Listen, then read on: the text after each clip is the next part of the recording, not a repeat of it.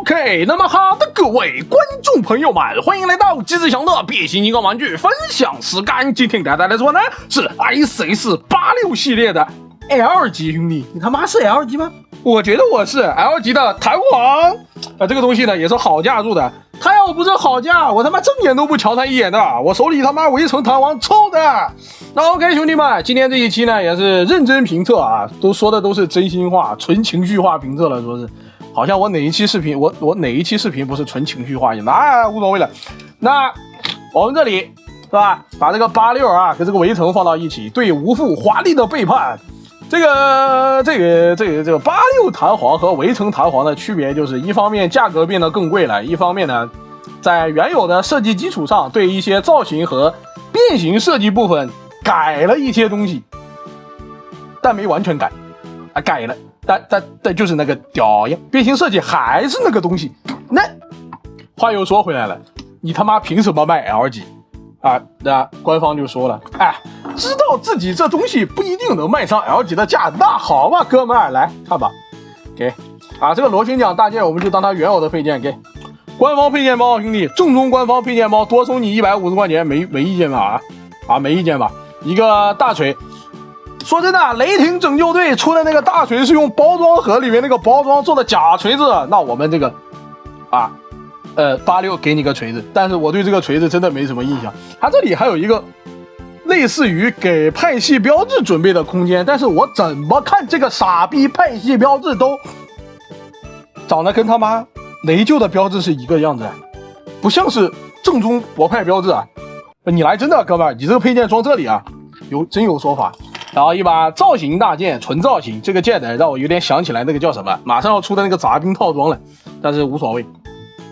这个件我觉得就是为了跟这个绿箭简单的做一个替代的，算了，口说无凭，我还是觉得插上去拿一把雌雄双股剑，拿把双剑好看一点。然后是一把大枪，这个大枪我非常的喜欢，造型、细节刻画、配色各方面都没有毛病，整个的紫色都是大块的涂装，而且没什么透胶什么的，握在手上，握在手心里还挺紧实的，插上特效键还挺好看的，这是我最喜欢的配件。这把枪你让我花20块钱买都行啊，可惜官方不单卖了，说是。然后另外一个呢，就是小胖子胖子小男孩啊，很难不怀疑是原子弹一类的东西啊。每一次看到玩具配件里给这么大的大炸弹，我都觉得是吧，多少有点 DNA 动了嘛，就喜欢这一口，就喜欢嘣一下那个蘑菇云炸的那种感觉，真带劲。那这个玩意呢，就是吧，压力就在这里了。它这个人形态没有什么好拿的方法，你要么插背后啊，让我想到这个《绝地潜兵》里面那个自爆背包了啊，兄弟啊，他妈的跟你们爆了，然后冲上去嘣就炸了，要么就是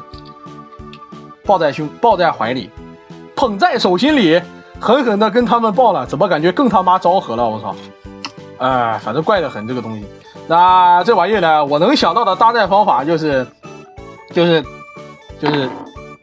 知道该怎么说，把这锤子的锤把是吧摁到底，然后把这玩意儿插上去。想要了是不是啊？我问你是不是想要了反正很耐人寻味的这个炸弹配件，纯的这个赔钱货了，说是不知道有啥用。但是这个东西真的他妈它好有分量感，兄弟，这个他妈好有分量感，感觉可以给某些特殊癖好这满足某些欧美玩家是吧？这种东西确实可以改造拿来用一些不为人知的秘密呢，说是那还真是怪不得做的这么有分量啊，而且结构还挺扎实的，免得是吧插拔的时候解体了。那这个东西当那个还挺行的，估计欧美玩家可能会更喜欢这款86的弹簧。那 OK， 这个该说一下这个造型方面的改动了，那对比一下就是小腿呢几乎没有区别，就没有区别啊，就轮子改了改，其他的没什么变化。大腿的话变得就多了，这个大腿就换上了更还原的这个大腿的造型啊。裤裆这里呢也是有改动的还原度更高的。胸甲这里就上半身是我觉得改的最漂亮的地方，就是整个胸口的立体程度，你可以看到围城做的就是一个方方正正的弹簧，这个86呢做的就很立体，非常的爽啊，所以也不是不行，只不过就是目前这玩意的价格还是居高不下。它要是200以内的话，我觉得买就是买的，但200以上买一个危级的改模和一大把配件，如果说我们圈子里的玩家，就比如说你是有围城弹簧的，你这个又比较拮据，不太想再额外花钱买这个东西的话，那我觉得这玩意是真的吸引力不是很大，而且我也不是特别推荐你现在去追这个86弹簧啊，因为就是我说的，它变形设计就还是围城的那一套，就是造型上改了改。那 OK， 接下来看一下头雕这一块的啊，这个头雕是差点让我说不出来上半段的那句话，因为这个脸长得他妈太帅了，哥们儿，兄弟，你真的好帅，兄弟，长得有点像那个，我操，亨利卡维尔的这个超人的脸了，我操，太帅了，哥们儿，你怎么可以这么帅？那围城的脸比起来呢，就差了很多了。这围城的脸长这个矬样，我这脸还掉漆了，有一种闷闷不乐的感觉。我操，这个86的是真他妈的帅。那 OK， 这个该对比的也对比完了，是配件的什么的也说过了。接下来看一下它的可动性方面。哦，对了，背包这里的造型件忘说了，原本的背包呢就是一大块零件，然后这里的话背包就变成了更加造型化，多了一些可动性的，还是造型件，只是还原度更高了。哎，好像洗了半天也洗不动，它就是这么个东西。比起围城还原度更高了，比起围城配件更多了，比起围城价格翻了好几倍。那这里的话还有一个玩法，就是这个东西，一个导弹一样的玩意，我不太清楚它的原型是哪里，但无论如何它确实做出来的，就是这么一个导弹啊，就这么个玩意，怪怪的，用起来也怪怪的。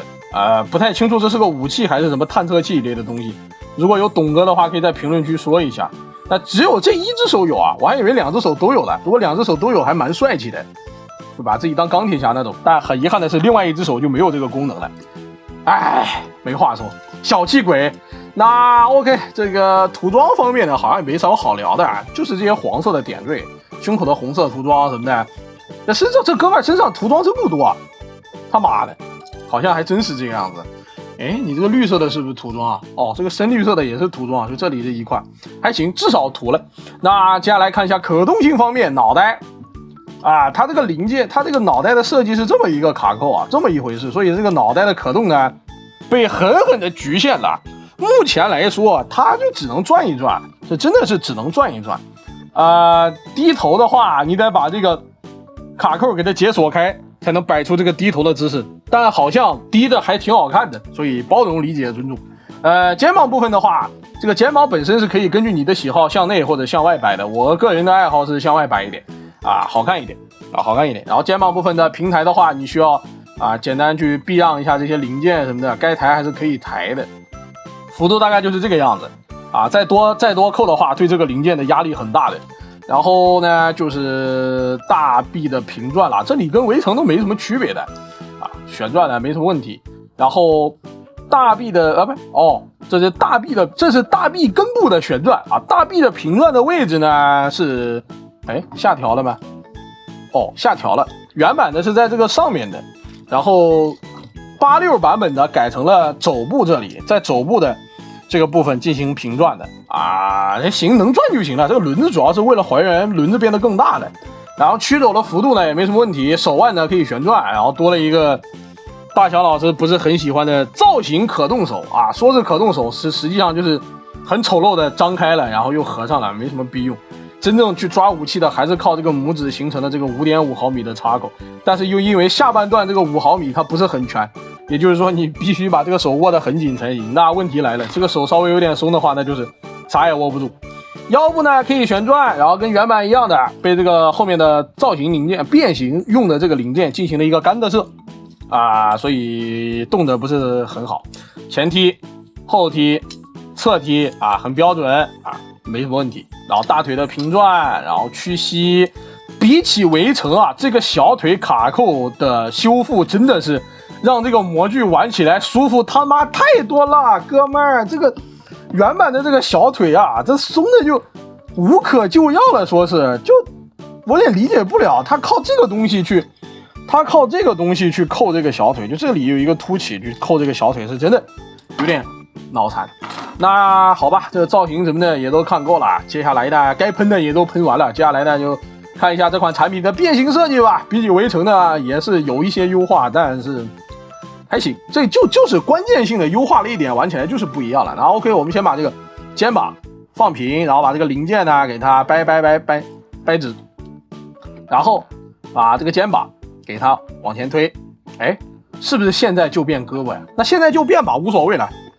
然后这里还是这个外孔朝外啊，还是这个凸 5.5 毫米插口朝外，然后这个手甲呢朝外，然后我们把它往上面推。这里要说一下，它比起围城啊，这里有一个很大的一个卡扣，又长又宽，你需要把这个卡扣啊去扣死在这个地方，就会听到明显的咔一声就跟它扣死。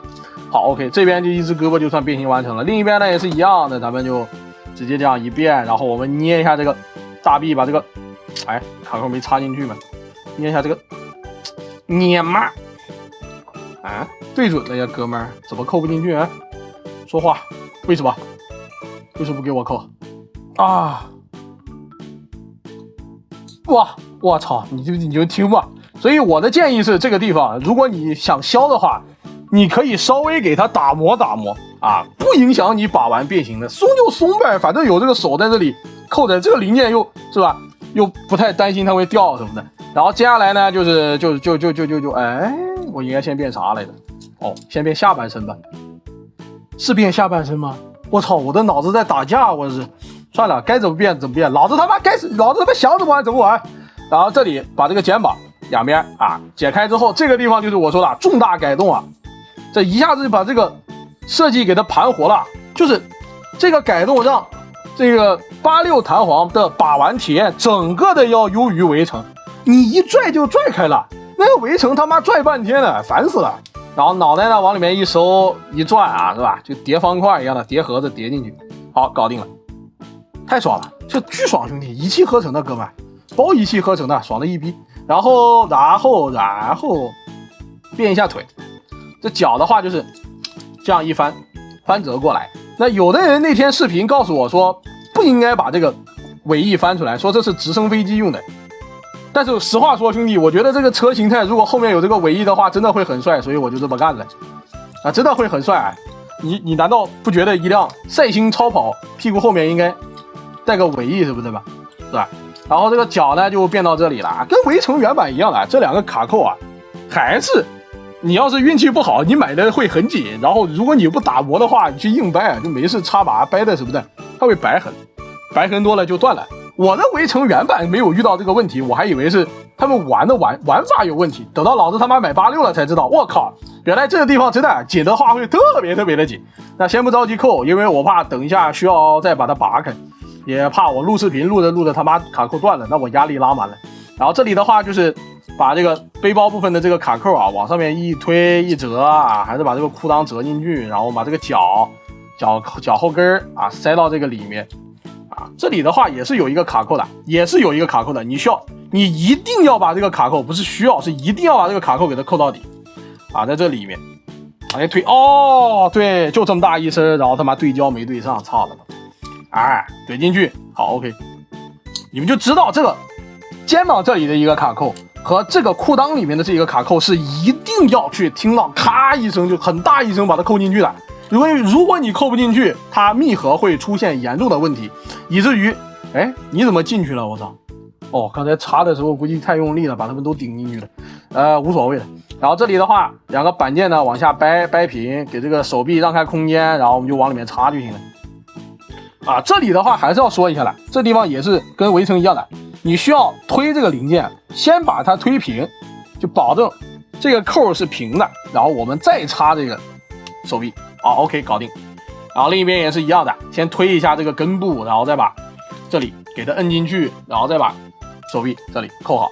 比起围城，这里也是一个大优化，背包这里的这个卡扣啊啥的各方面跟脚部密合的这个地方，我感觉是明显有优化的，玩起来舒服多了。然后至于说这个长得跟他妈头顶上长俩包一样的东西呢，是需要按说明书上来说是需要掰平的。然后这个地方呢，又是经典的塑料研磨卡扣多边形关节，操，还是我怎么老惦记着它这个逼关节，好像你对你这个玩具质量还挺自信的，那还行，至少86弹簧这个材质还挺好的。好，这个车形态就算是变形完成了，然后压力来到了玩家这块。就你给我它，我加钱买了这么多配件之后，然后我发现围城这个版本啊，我做围城视频的时候有说过，我很喜欢它在这里加的这个2个5毫米插口。你可以说这个5毫米插口它有点影响观感了，但我要说兄弟，这个插口真的插上这个武器很帅。然后到了86这个版本，哦，这个载具室还原度更高了，赏心悦目。然后那我枪该怎么插？插到侧边吧？对的，没错，你要插到侧边。它破坏了我对这个载具的幻想。多好看的车，你非得给它2边加个逼样的炮台，丑死了，哎，就很难受。